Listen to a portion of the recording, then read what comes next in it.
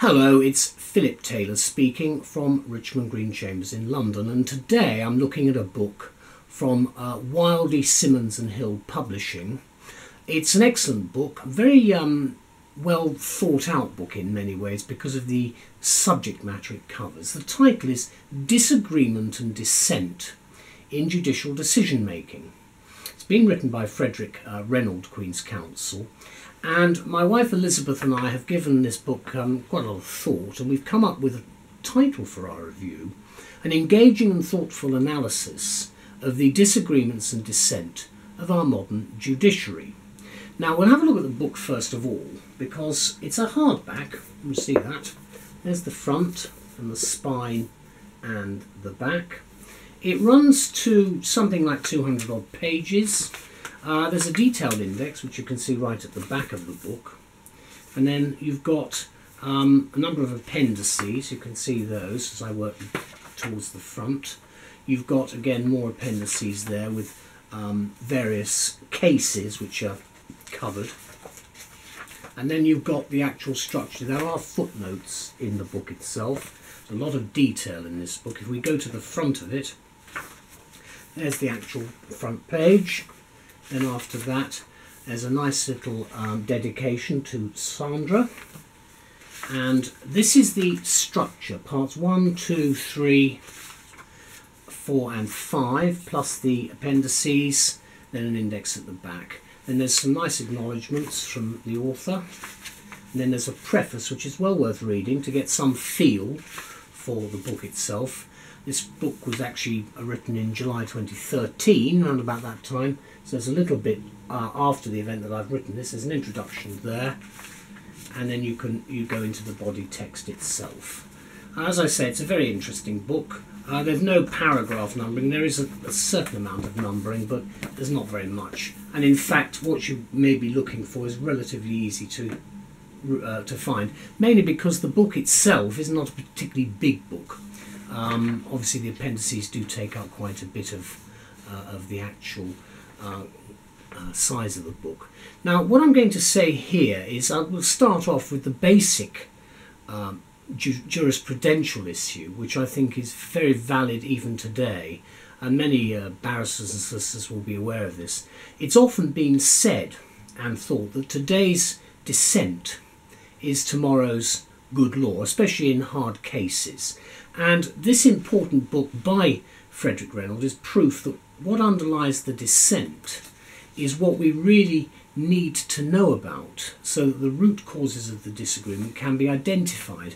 And if you look at the Times newspaper, for instance, you will see some of the judgments in the law reports where you do get the dissenting judgments being put forward, and you can then see what argument developed. Obviously the weekly law reports will have counsel's arguments as well, but I do think it's useful to get some idea of what points of principle are actually being disagreed with.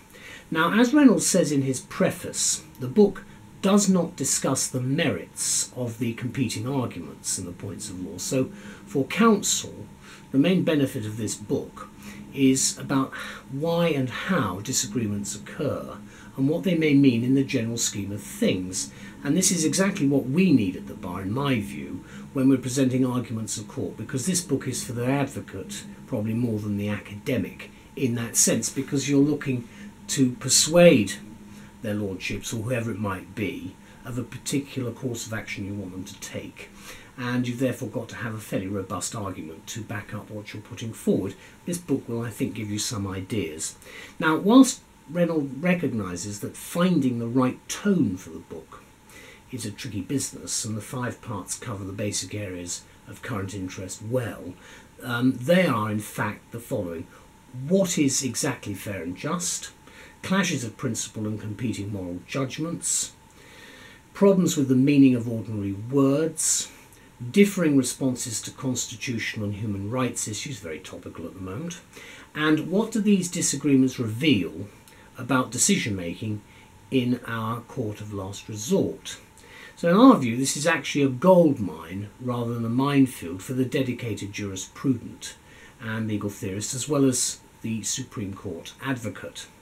And the author succeeds with his aim of reproducing in a way which is readily intelligible the essence of a particular judgment, and to this he achieves the balance against the need to capture the flavour both of a judgment and the legal debate using what he describes as a liberal use of direct quotation. Of course, you've got that at the back of the book with the appendices where you've got the cases. Also, by placing the cases, names and citations in the footnotes, makes the overall text easy to read through one sitting. As the main statement of the points out, this work provides what is an engaging analysis of disagreement and dissent in judicial decision making, and Reynold looks at the root causes of disagreement in cases decided over the last 25 years or so in the House of Lords and now the Supreme Court, and the light they throw on the character of judicial decision making at this level. The book eloquently provides answers to a number of topical questions, I think, as well. To what extent, if any, have judges observed the distinction between legal policy, a legitimate matter of concern to them, and public policy, which generally speaking is not? Can a non-lawyer be in a position to assess the merits of the competing views of the majority and the minority? Can one talk in any meaningful sense of achieving a balance in the membership of the Supreme Court? And is the United Kingdom Supreme Court, in terms of character and function, heading in the direction of the US Supreme Court? Interesting questions, I think, for the jurisprudent in particular, but also things that I think generally we as practitioners would find something to certainly muse over. Now, for many students, split decisions of the law lords, and since October 2009, justices of the Supreme Court, have always exercised a particular fascination, and especially those decisions, those actual decisions featuring a bare majority. The analysis Reynold displays illuminates a number of topical and contemporary concerns, such as the balance in the composition of and the appointment of justices to the Supreme Court, and the boundaries between judicial and political decision making.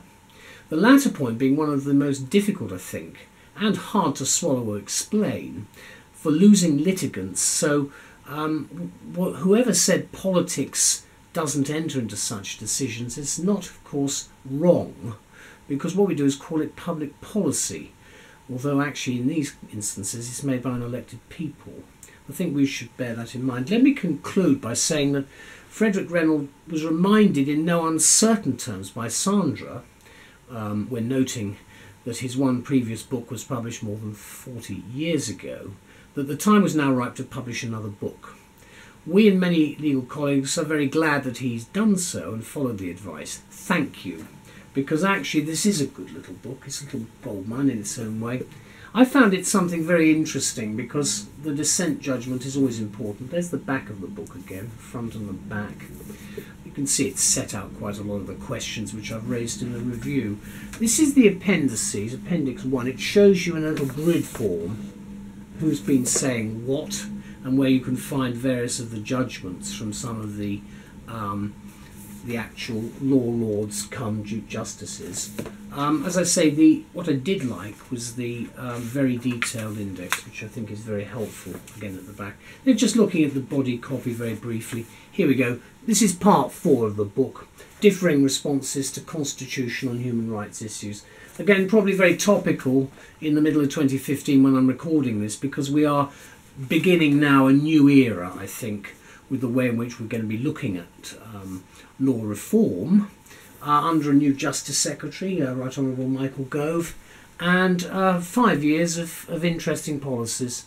Anyway, thank you very much to Wildy, Simmonds and Hill for producing this book. It's one of those books which will be around a long time, because I think it will give a lot of advice to people for many years to come, because the dissent judgment is with us, it's going to remain with us, and we'll see where we go in the future. Thank you to all concerned anyway. Bye-bye.